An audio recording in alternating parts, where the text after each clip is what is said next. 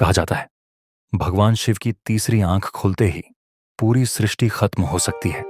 लेकिन असली सच इससे भी ज्यादा खतरनाक है, क्योंकि ये शक्ति सिर्फ भगवानों तक सीमित नहीं है, बल्कि हर इंसान के अंदर छुपी हुई है।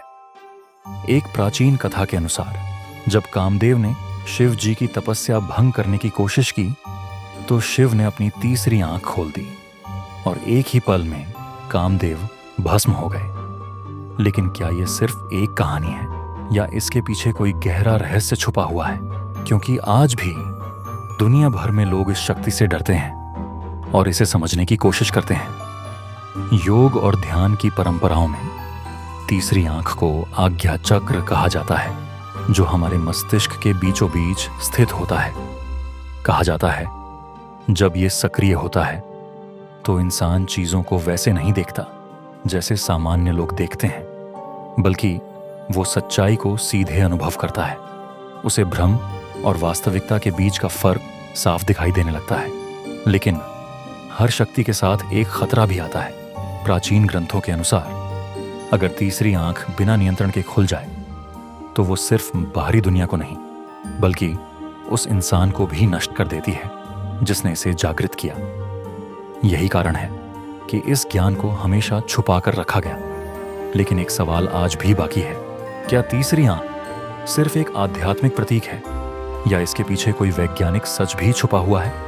कुछ वैज्ञानिक मानते हैं कि तीसरी आंख हमारे मस्तिष्क के पीनियल ग्लैंड से जुड़ी हुई है, जो हमारी चेतना और जागरूकता को नियंत्रित करता है। अगर ये सच है तो क्या इंसान सच में अपनी सोच की सीमाओं से आगे जा सकता है, या फिर ये सिर्फ एक कल्पना है जिसे हम आज तक साबित नहीं कर पाए हैं? क्योंकि सच ये है कि आज तक कोई भी इस शक्ति को पूरी तरह समझ नहीं पाया है। लेकिन सोचिए, अगर एक दिन इंसान सच में इस शक्ति को समझ ले तो क्या होगा? क्या वो इस दुनिया को अलग नजर से देखेगा, या फिर वो खुद ही इस शक्ति के बोझ तले दब जाएगा? क्योंकि ज्ञान जितना बड़ा होता है उसकी जिम्मेदारी भी उतनी ही बड़ी होती है, और हर इंसान उस जिम्मेदारी को संभाल नहीं सकता। तो क्या तीसरी आंख एक वरदान है या एक ऐसा खतरा जिसे इंसान संभाल नहीं सकता? और अगर ये सच में मौजूद है तो क्या हम इसे जानने के लिए तैयार हैं, या कुछ रहस्य ऐसे ही रहना बेहतर है?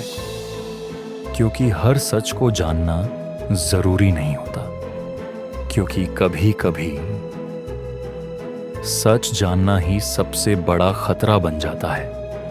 और शायद इसीलिए ये रहस्य आज तक रहस्य ही बना हुआ है।